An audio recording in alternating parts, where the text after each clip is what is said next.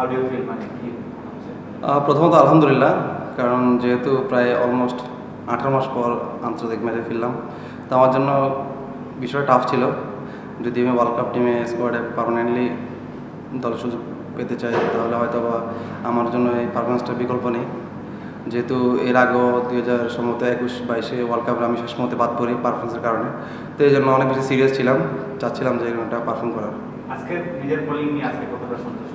না, আলহামদুলিল্লাহ। দেখেন, কিছুদিন আগে আমরা এখানে বিপিএল খেলছি, এখানে কন্ডিশনটা জানি। চিটাগাংয়ে সবসময় বরাবরই আমার চেনা কন্ডিশন। এখানে আমি যখন এজ লেভেল খেলি সবসময় এই উইকেটে প্র্যাকটিস করেছি, তো এই জন্য আমার জন্য কিছুটা কন্ডিশনটা বুঝতে ইজি হয়েছে।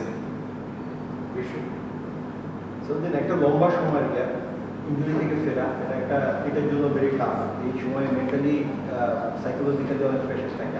আমরা দেখেছি যে আপনি অনেক কষ্ট করেছেন আর কি। আজকের ম্যাচের পরে আপনার কাছে কি আপনার মনে হয়, যেহেতু একটা রেসে আছেন, ওয়ার্ল্ড কাপের স্কোয়াডে থাকার রেস, সেই জায়গাটাই কি আপনি কনফিডেন্ট দিয়েছে কন্টিনিউটিটা রাখতে হবে? হ্যাঁ, অবশ্যই। আসলে সত্যি বলতে আজকে অনেক নার্ভাস ছিলাম। যদিও এর আগে কখনো ইন্টারন্যাশনাল ম্যাচ খেলেছি, নার্ভাস ছিলাম না। যেহেতু আসলে আমার জন্য ভালো করাটা খুব গুরুত্বপূর্ণ ছিল, যেহেতু আর 1-2 ম্যাচ পরে ফিজ আসবে। তো সেক্ষেত্রে আসলে বেস্ট ইলেভেনে কী হবে না হবে ম্যানেজমেন্ট ভালো জানে। তারপরেও আমার জন্য খুব চ্যালেঞ্জিং ছিল। তো আলহামদুলিল্লাহ চেষ্টা করছি ভালোটা দেওয়ার। তো ইনশাল্লাহ মোটামুটি হয়েছে। যদি আরও ভালো করতে পারতাম আরও ভালো লাগতো।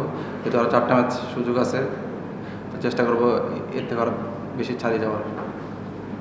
টিমের কথা বলা হয়, প্রথমে একটা হার্ডওয়ার্ক চাপে পড়েছিল, এরপরে জুনিয়র তো অনেক ভালোই ব্যাট করলেন। জুনিয়র তাই ব্যাটিংটা কেমন দেখতে, 50 করে তার অভিষেক ম্যাচ ছিল T20-তে, কেমন দেখতে থাকে? হ্যাঁ, অসাধারণ। আসলে প্রথম ম্যাচ হিসাবে ও যেরকমভাবে অ্যাগ্রেসিভ অ্যাটিটিউডে ব্যাটিং করছে, আসলে সত্যিই প্রশংসনীয়। প্রথমত হয়তোবা সমবায় ফিট থাকলে হয়তো বা ও সুযোগ পেত না, তারপরেও সুযোগটা কাজে লাগিয়েছে। তো ইনশাল্লাহ আমি ওর কাছ থেকে আশা করবো ধারাবাহিক থাকার আর বাকি 4টা ম্যাচ। বলছে ব্যাটিংটা নিয়ে কি বলবেন, মানে সুযোগ পেলেন না ব্যাটিং করার, একটা আশা ছিল কিনা যে বোলিংটা এত ভালো করবেন? আবার একটু বললেন যে ক্রিস ভাই আসলে কি হবে এটা জানান না, যতটুকু পারার করছেন, সেই দিক থেকে বোলিংটা ভালো হলো, ব্যাটিং নিয়ে কোনো আগ্রহ? না না, প্রথম অনেক আমাদের মেইন ব্যাটসম্যানও আজকে ব্যাটিং সুযোগ পায়নি। সেক্ষেত্রে তো আমি তো লো অর্ডার অনেক দেরি, সম্ভবত নাম্বার 8-9-এ ব্যাটিং করতাম। তো আমি চাই না আসলে ব্যাটিংটা পাই, কারণ টিম জিতলে আমি খুশি। টিম জয়ের পিছনে যদি আমি কখনো কন্ট্রিবিউশন করতে পারি, যদি সুযোগ আসে, তো ওইটা চেষ্টা করব। তারপরে তো প্র্যাকটিসে মনোযোগ আরও বাড়াবো, ব্যাটিংটা আরও কীভাবে ইমপ্রুভ করা যায়। ওয়ার্ল্ড কাপের মতো একটা জায়গায় সুযোগ আসবে, চেষ্টা করবো এখানে ভালো কন্ট্রিবিউশন করার ব্যাটিংয়ে। এই মাঠে রান হয়, আমরা এই উইকেটেও রান হয়। আজকে আসলে বোলারটা কি কিন্তু ভালো বলতো হচ্ছে গিয়ে বাংলাদেশে দেখলাম প্রথমে হচ্ছে যে খুব একটা যে শেপে ছিল তা বলা যাবে না। আসলে মূলত উইকেটটা নিয়ে যদি একটু বলেন। হ্যাঁ, প্রথমত আর্লি আমাদেরও ইনিংসে যদি দেখেন প্রথম 4-5 ওভার রান করা কিছুটা কষ্টকর ছিল। তো হয়তো বা জিম্বাবুয়ে ব্যাটসম্যানরা ওই জায়গায় কিছুটা ফল করছে, উইকেটটা অ্যাসিস্ট করতে একটু লেট করে ফেলছে। তো প্রথম 4-5 ওভার বলটা যখন একটু পুরান হবে তখন ইজি টু ব্যাট। তো আমার মনে হয় একটু উইকেটের ম্যারিট অনুযায়ী খেললে আমার মনে হয় যদি আমরা আগে ব্যাটিং করতাম 180+ অনায়াসে হইতো। যেহেতু বিপিএলও আমরা অনেক হাই স্কোরিং ম্যাচ এখানে দেখেছি, চিটাগাংয়ে বড় বড় ব্যাটিং ফ্রেন্ডলি উইকেট। তো ইনশাল্লাহ চেষ্টা করবো আমাদের এজ এ বোলিং ইউনিট আমরা এভাবে ভালো করার। আর অবশ্যই আমাদের ব্যাটসম্যান ভালো টাচে আছে, তো এখান থেকে যদি তারা ভালো একটা স্কোর নিয়ে যেতে পারে, তো ইনশাল্লাহ এটা বিশ্বকাপে বা আমাদের বিশ্বকাপের আগে যেটা টুর্নামেন্ট আছে ইউএসএতে, এটা ভালো কাজে দেবে। সাইফুদ্দিন, আপনি যেটা একটু বললেন যে অবশ্যই ওয়ার্ল্ড কাপ নিয়ে একটা পজিশনে মানে বাংলাদেশ দলের একটা কনসার্ন আছে। আপনি গতকালই কাজ করেছেন, আপনাকে গতকাল হাতুসি অনেকক্ষণ ব্যাট করেছে, এখানে দেখেছি আমরা। তো ব্যাটিংটা ঠিক করতে পারছে না, তারপরেও আপনার কাছে কি মনে হয় যে ওয়ার্ল্ড কাপে চান্স পাওয়ার জন্য ব্যাটিংটাও একটা কনসার্নে দাঁড়াবে কিনা?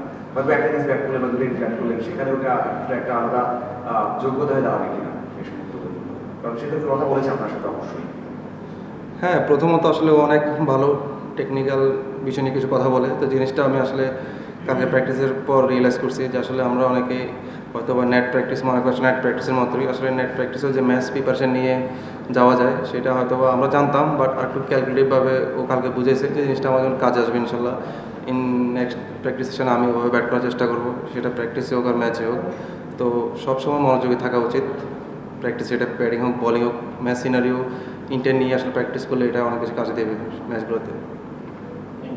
জিম্বাবুয়ে অপোনেন্ট হিসেবে অনেকে বলে যে অপোনেন্ট হিসেবে স্ট্রং না, ওয়ার্ল্ড কাপে ভালো প্রিপারেশন হবে না, এবং একটা ম্যাচ জিতলেন বা যেভাবে 41 রানে 5-7টা গেছে ওদের, তাহলে মনে হয় যে তারা অপোনেন্ট না। আপনার কাছে কি মনে হয় 5 ম্যাচ খেললেন এবং নেক্সট ম্যাচগুলোতে কোনো চ্যালেঞ্জের মধ্যে পড়বেন কিনা? না দেখুন, ওভাবে যদি ওভারঅল চিন্তা করেন, জিম্বাবুর এখানে 4-5টা প্লেয়ার আছে যারা অনেক ফ্র্যাঞ্চাইজি ক্রিকেট খেলে, ওই দিক থেকে আমরা অনেক পিছিয়ে আছি। তো কিছুদিন আগে ওরা শ্রীলঙ্কাতে ওরা ভালো একটা সিরিজ শেষ করেছে টি-20-তে, আপনারা সবাই দেখেছেন। তো আসলে টি-20-তে আসলে কখনো হালকাভাবে নেওয়ার কিছু নেই।